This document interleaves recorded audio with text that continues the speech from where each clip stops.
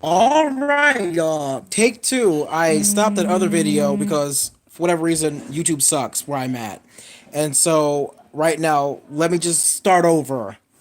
So, Overlord, the trailers weren't too revealing. So if you've watched the trailers and you notice that it's about Nazis, about World War II, and you don't see too much. You see like monsters and shit or creatures, but you don't know what it's about. And so people, I guess, made the connection between Nazi Germany and zombies, and that's what I thought the movie was about. But it didn't. It didn't involve zombies. Uh, they were just trying to create the thousand. Hi. They were trying to create the 1,000 year Reich. And pause for a minute. You said you saw my meme on Twitter. Not sure what meme you're talking about, but hopefully it was a good one. Anyway, back to the spoiler or the review. So Overlord, that's what the movie was about. The trailers didn't show that, and I'm thankful because nowadays in the age of trailer spoilers, you watch a single trailer and you know what to expect. You know what the movie's about and everything. And so, unfortunately, for other film companies who keep throwing out spoilers left and right where it concerns their films, whatever Paramount, or I think it was Paramount, did, they did really, really well. Someone is blowing me up right now. I'm trying to do a live video and I keep getting buzzed. Someone keeps like sending me text messages out of control. I'm not sure who that is or why I'm so popular right now. But before I started doing this video, no one wanted to say a word. I digress. Let me get back to the task at hand. So you've got the main character, this black dude, and I want to talk about that because I felt like for this film, yeah, you keep hearing the buzz. Yeah, it sucks, but I'm not responding to these people. Anyway, so you've got the black dude who plays the lead, and I was sort of surprised by that because it didn't have to be a black dude. I'm glad it was a black dude because they didn't whitewash the film. But at the same time, it's like for me a huge like leap in movie cinema where they took a role where race was not a factor and they gave it to a black person. I thought that was pretty cool, but that's a non-factor. Do I believe the acting was all right? Yeah, the acting was. I mean, they all played a pretty decent job. But where it concerns the characters' dynamic, I felt like the characters' dynamic was between all of them kind of forced. I didn't really think that any of the actors or actresses had chemistry. And oh my god, here we go again with the text messages. Anyway, the characters didn't have really great chemistry. This may sound bad, but the guy who played the Nazi general or commander, he was the best actor in the film. He was good at being a Nazi soldier or Nazi commander, and he played the villain really well, and that was a good thing. That's something that I thought was interesting because I didn't know who the villain for this film was. They show the trailer, and you assume that it's the doctor that they show in the trailer, but it's not. The villain for this film was completely a surprise for me. I didn't know who to look for. I didn't know what to look for. By not knowing what was going to happen because the trailers didn't spoil shit, I was pleasantly surprised. Now, if I go and I look at the movie objectively, there's a lot of stuff that they did wrong. They didn't explain the serum that they were using to create these super soldiers. They said that it was like some sort of substance in the bottom of this French town, and they said that the French were too cowardly to use it to do what was necessary to evoke the power, whatever.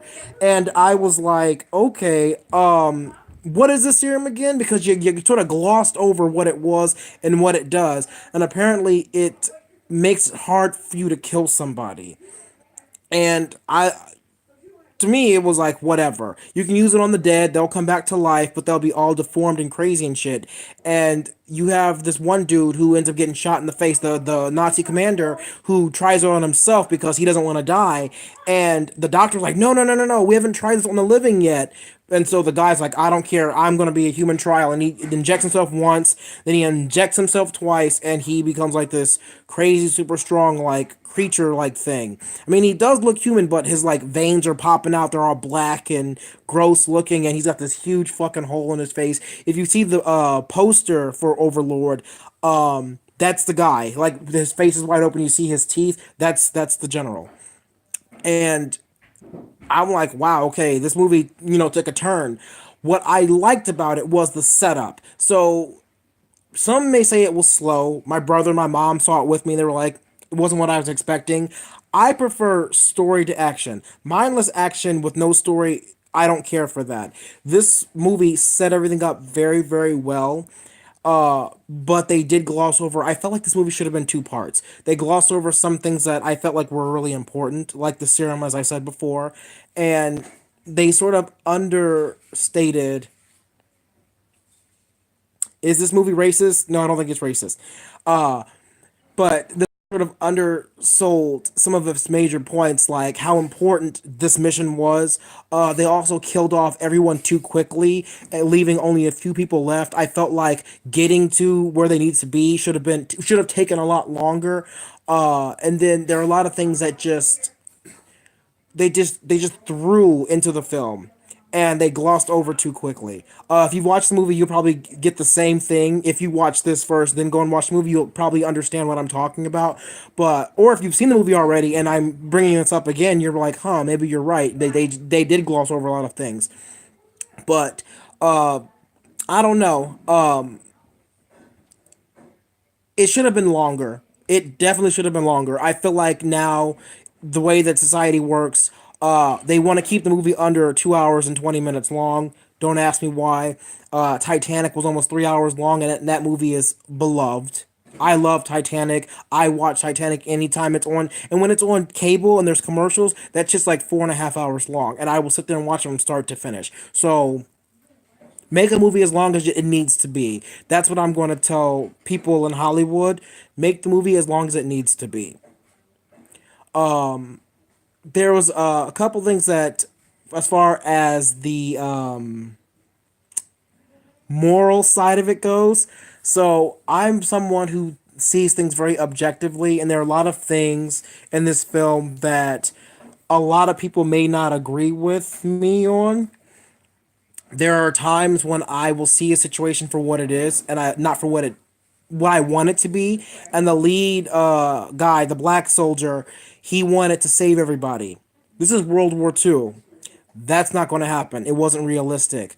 I firmly believe that there are a lot of times when he screwed things up for everyone. There are a couple of times in the film where the other soldiers were like, dude, you screwed this up for us because he tried so hard to save everyone. If someone's going to get killed, let them die to save everybody else. If a girl's going to get raped, let her get raped to save everybody else. And there are these things where he just couldn't let it happen. And I understand they had to further the story, but had he just closed his eyes and saved them after the fact instead of before, things would have turned out a lot differently in this film. I don't know.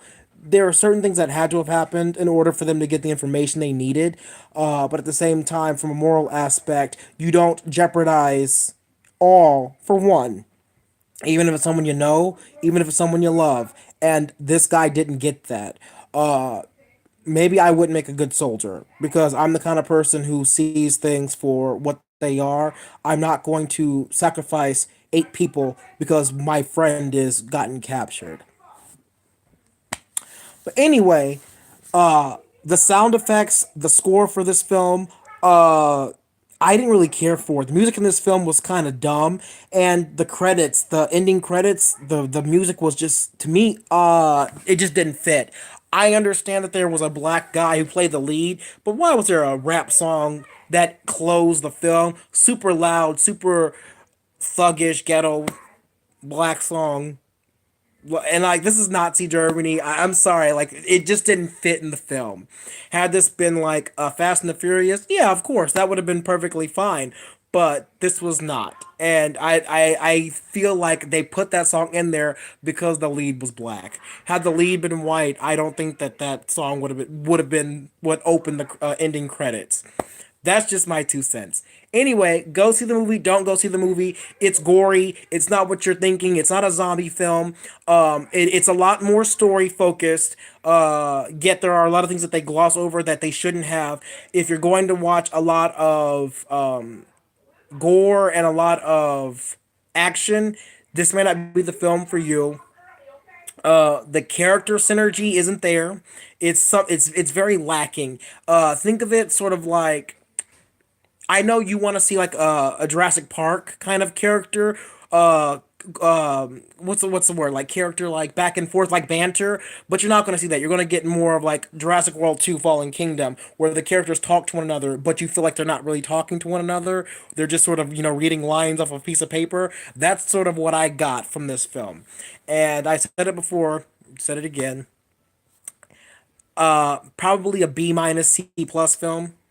It is what it is. The next film I'm going to talk about is The Grinch. I'm going to go see that later on, maybe today, maybe tomorrow, maybe Friday. But I will drop that review once I'm comfortable with, thinking about everything I want to talk about for that film. Because I've heard that the new Grinch, you can't compare it to Jim Carrey's Grinch. I'm sorry, you just can't. I've been told that it doesn't compare, but it's good for what it is. And that's something that I need to take into account when I go and see this film, because I still, to this day, what Jim Carrey Grinch came out in 2001? No, it came out in 2000. So here I am 18 years later and I still quote that shit. That shit is hilarious. And I can't think about that when I go see this new one. But anyway, King Kyrie, peace out for now. Subscribe if you want to subscribe. Share this video with all your friends, and whoever you are for watching this video. I appreciate you. I love the banter. I'm not going to share my address with you though. I will let you know that I'm in South Bend, Indiana, next to Notre Dame, but that's all you're getting. Bye.